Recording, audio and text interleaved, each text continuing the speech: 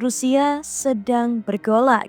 Setelah serangkaian serangan pesawat nirawak Ukraina menghantam pangkalan strategisnya, Moskow menyebut insiden ini sebagai Pearl Harbor versi modern dan bersumpah akan membalas dendam. Dunia kembali menahan nafas. Pada akhir pekan lalu, Ukraina melancarkan serangan besar-besaran dengan pesawat nirawak ke 5 wilayah di Rusia. Target utamanya, lapangan udara yang diyakini menampung pesawat pengebom strategis Rusia, termasuk Tu-95 dan Tu-22M, serta pesawat A-50 yang berfungsi sebagai pusat komando udara. Beberapa pesawat dikabarkan terbakar, meskipun Moskow mengklaim tidak ada korban jiwa. Yang membuat serangan ini menggemparkan adalah targetnya 2 dari 3 elemen triad nuklir Rusia. Bahkan ada laporan bahwa markas Armada Utara Rusia di Severomorsk juga ikut diserang.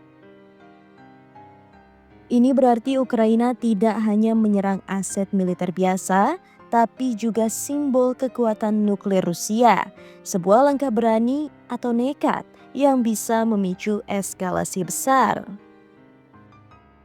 Mantan Presiden Rusia, Dmitry Medvedev, menyebut pembalasan atas serangan itu sebagai sesuatu yang tak terhindarkan.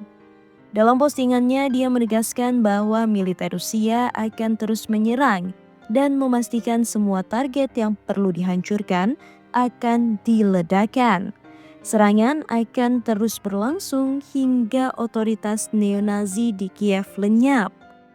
Medvedev menegaskan bahwa negosiasi pun tetap dilakukan, bukan untuk kompromi, tapi demi mempercepat kemenangan total Rusia.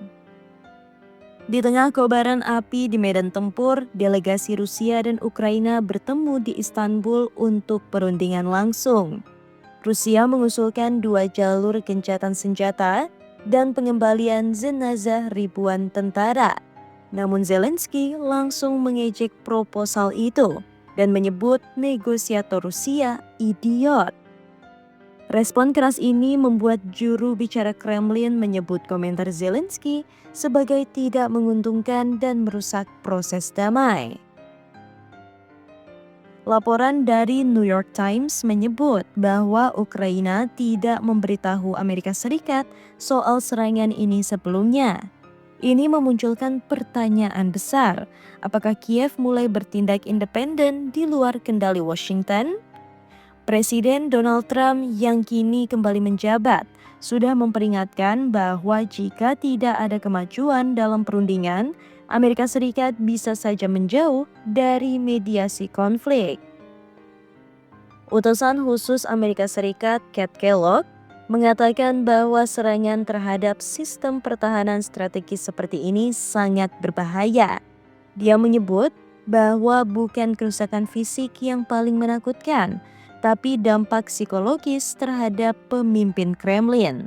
Jika persepsi ancaman nuklir meningkat, Rusia bisa bereaksi ekstrem. Ini bukan sekedar konflik regional lagi. Dunia harus bersiap menghadapi konsekuensi global dari langkah-langkah nekat seperti ini. Apakah ini awal dari babak baru konflik Rusia-Ukraina yang lebih mengerikan? Ataukah hanya permainan strategi untuk memaksa lawan bernegosiasi?